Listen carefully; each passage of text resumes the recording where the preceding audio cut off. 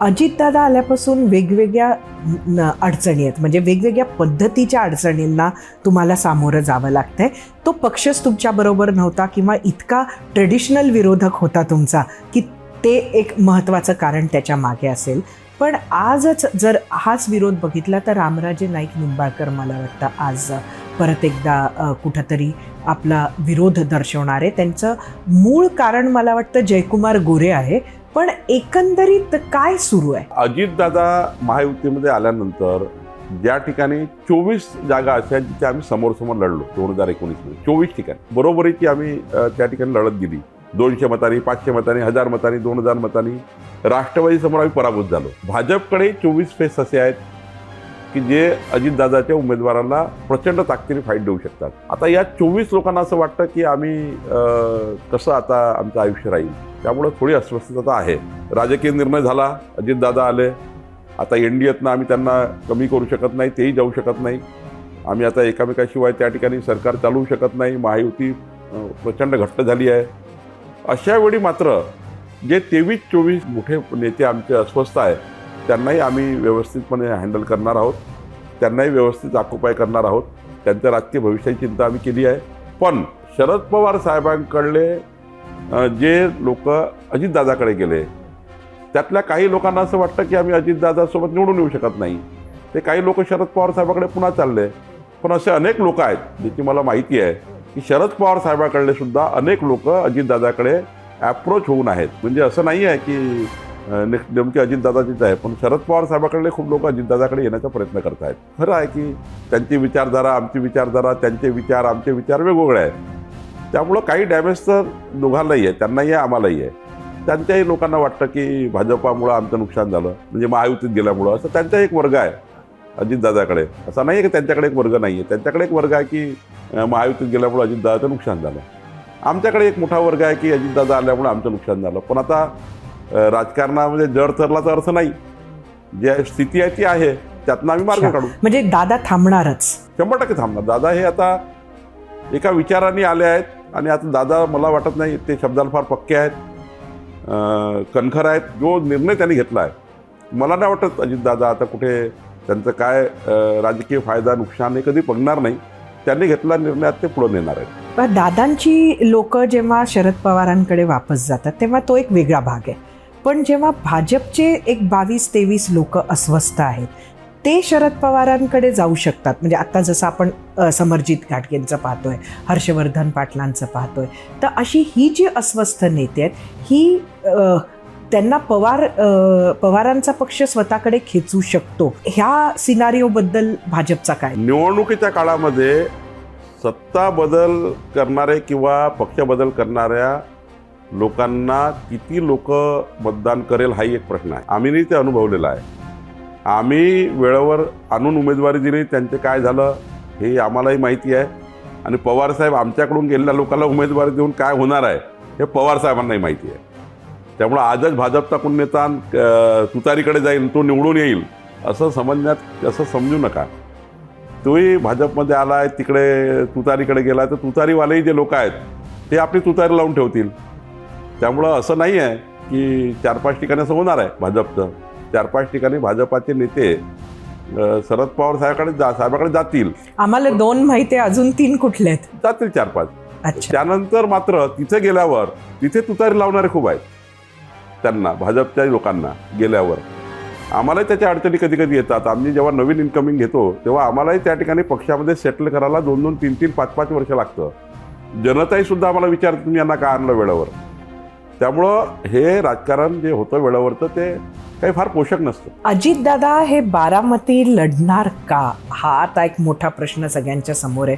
कारण अजितदादा म्हटलं की बारामती विधानसभा क्षेत्र आलं आणि त्यांचं ते जे एक वक्तव्य होतं जय पवारांना घेऊन, त्याच्यानंतर सगळंच बदललं. आणि त्यात रोहित पवारांनी म्हटलं की ते एक स्वतः कर्जत जामखेडचाही सर्वे करतात आहेत. त्यामुळे नक्की अजितदादा आणि बारामती काय परिस्थिती आहे? आत्तापर्यंत तरी अजितदादांनी बारामतीबद्दल किंवा कर्जत जामखेडबद्दल महायुतीमध्ये कुठं कोण लढणार ही चर्चा केली नाही. त्यांचे सिटिंग जे पॉवर आमदार आहेत तेवढी चर्चा त्यांनी केली.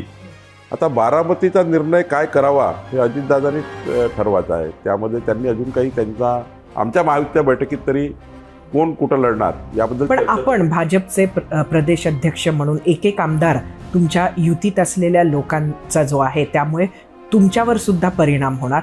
तुमचं वैयक्तिक मत काय आहे किंवा पक्ष म्हणून मत काय आहे बारामतीला घेऊन? आता अजितदादा सिटिंग आहेत आणि अजितदादा तर विधानसभा लढावीच लागणार त्यांना. ते तर नेते आहेत, महाराष्ट्राचे लोकनेते आहेत. तर मला वाटतं त्यांच्याकडे एवढा मजबूत मतदारसंघ जर आहे बारामती, तर माझं व्यक्तिगत मत आहे. मला माहिती नाही त्यांचं काय आहे. मला अजून अजितदादा कधी बोलले नाही. ते काय निर्णय घेतात मला माहिती नाही. बारामतीचा निर्णय मला वाटतं ते आता सिटिंग असल्यामुळं एखाद्या वेळ करू शकतात. मला बिलकुल माहिती नाही काय. म्हणजे तुम्हाला वाटतं की त्यांनीच लढावं व्यक्तिगत? त्याच्यापेक्षा जर आता आपण विचार करतो की जिंकण्याकरता लढायचा आहे, तर मग जिंकण्याकरता लढणारा उमेदवार तर बारामतीमध्ये अजितदादाशिवाय कोण आहे? म्हणजे जर व्यक्तिगत मत घेतलं तर जिंकण्याकरता जसा देवेंद्रजी आहे. दक्षिण पश्चिम जिंकायचं असेल ते डायरेक्टही आमदार होऊ शकतात. पण जिंकायचंच असेल तर मग आता दक्षिण पश्चिम कोण जिंकणार? देवेंद्रजी जिंकणार.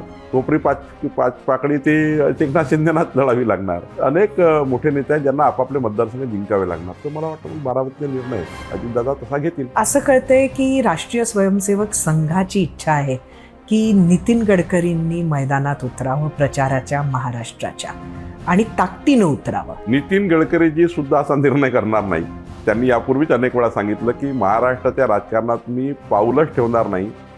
एखाद्या वेळी मी राजकारणातून निवृत्त झालं चालेल, पण मला वाटतं नितीनजी वगैरे या भूमिकेत कधीच येत नाही. त्यांना ती भूमिका आवडतही नाही. राहिला प्रश्न विचार परिवाराचा. विचार परिवारसुद्धा या दृष्टीने काहीच प्रयत्न करत नाही. कधी विचार परिवार हा विचार करतो की हा जो विचार आहे विकासाचा, हिंदुत्वाचा, हा विचार टिकला पाहिजे. याकरता विचार परिवार आमच्या पाठीशी नेहमीच राहतो. त्यांच्याशिवाय आम्ही पुढे जाऊच शकत नाही.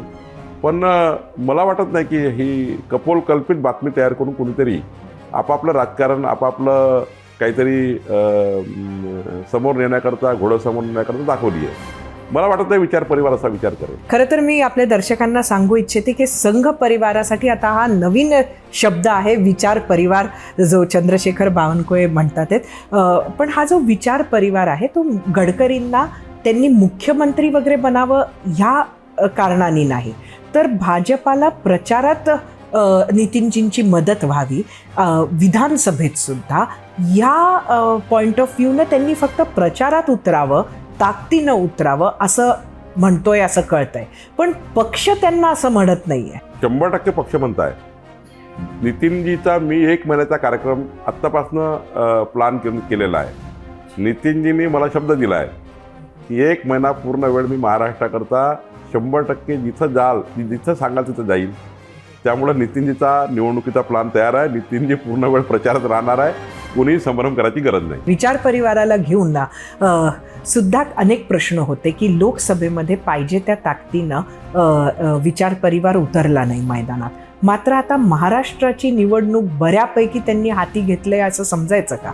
विचार परिवारांनी यापूर्वी लोकसभात आणि यापूर्वीच्या सर्व निवडणुकीत मला जेव्हापासून समजतं राजकारण, तेव्हापासून विचार परिवार हा एका विचाराशी जुळून नेहमीच भारतीय जनता पक्षाला सत्तेमध्ये समाजाच्या शेवटच्या व्यक्तीच्या कल्याणाकरता आणण्याकरता मदत करतं. आणि कधीच कुठल्याच निवडणुकीत असं नाही आहे की विचार परिवारांनी आम्हाला मदत केली नाही आहे.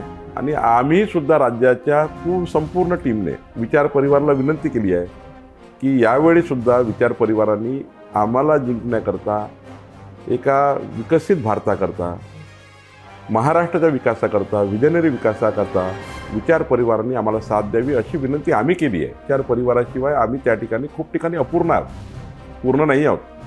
आणि विचार परिवार अशा ठिकाणी काम करतो जिथे वनवासी कल्याण आश्रम आहे, एकल विद्यालय आहेत, मेळघाट आहे, गडचिरोलीसारख्या जिल्ह्यामध्ये हा एक परिवार आहे की जो विचाराकरता काम करतो. ज्या विचारावर आम्ही त्या ठिकाणी आमचं काम सुरुवात ठेवतो, समोर नेतो. मला वाटतं विचार परिवारांनी प्रचंड ताकद आम्हाला दिली आहे आणि पुढे देईल. अजितदादांचा विचार परिवारावर काय विचार आहे? जेव्हा महायुतीचा निर्णय होतो ना, तेव्हा मग हा निर्णय होत नाही, एका विचाराचं सरकार येण्याकरता निर्णय होतो. त्यामुळं विचार परिवार हा विचार करत नाही की यांचं काय त्यांचं काय. महायुती सरकार येणे, NDA सरकार असणे, दोन्ही सरकारांनी महाराष्ट्राचं भलं करणे हाच विचार असतो. मग एकनाथ शिंदे असो, अजितदादा असो की आम्ही असो, विचार परिवार जेव्हा निर्णय करतो तेव्हा हाच निर्णय करतो की महायुतीचं सरकार आलं पाहिजे. राज्यात अनेक ठिकाणी भाजपावर राग आहे अशा पद्धतीचा एक, म्हणजे त्याला वेगवेगळी कारणं असू शकतात, पण सरकारमध्ये खास भाजपावर राग आहे असं एक रिॲक्शन सतत मिळते. काय आहे त्याचं तथ्य तुम्हाला? देवेंद्रजींना जाणीवपूर्वक टार्गेट करून महाराष्ट्रामध्ये अनेक शक्ती काम करतात. मी नावं घेऊ शकतो. 150च्या वर महाराष्ट्रातले वेगवेगळ्या पद्धतीचे लोक. देवेंद्रजी महाराष्ट्रामध्ये नेतृत्व राहणे देवेंद्रजीचं व्हिजनरी नेतृत्व हे महाराष्ट्राला पुढं नेईल. आणि ज्यांनी 40 वर्ष 50 वर्ष सत्तेमध्ये राहून केलं नाही, देवेंद्रजी महाराष्ट्राला प्रचंड उंची देत आहे. आणि कधी जातीपाईच्या राजकारणामध्ये देवेंद्रजीची टार्गेट करून त्यांना पर्याय देवेंद्रजीला टार्गेट करणे म्हणजे भाजपला टार्गेट करणे. त्यामुळे देवेंद्रजींना जसं देवेंद्रजींनी 5 वर्ष मुख्यमंत्री म्हणून काम केलं आहे आणि ज्या पद्धतीने काम केलं आहे, ह्या राज्य पुन्हा जर त्या पद्धतीने पुढे गेलं तर आपली राजकीय दुकानदारी बंद होऊन जाईल.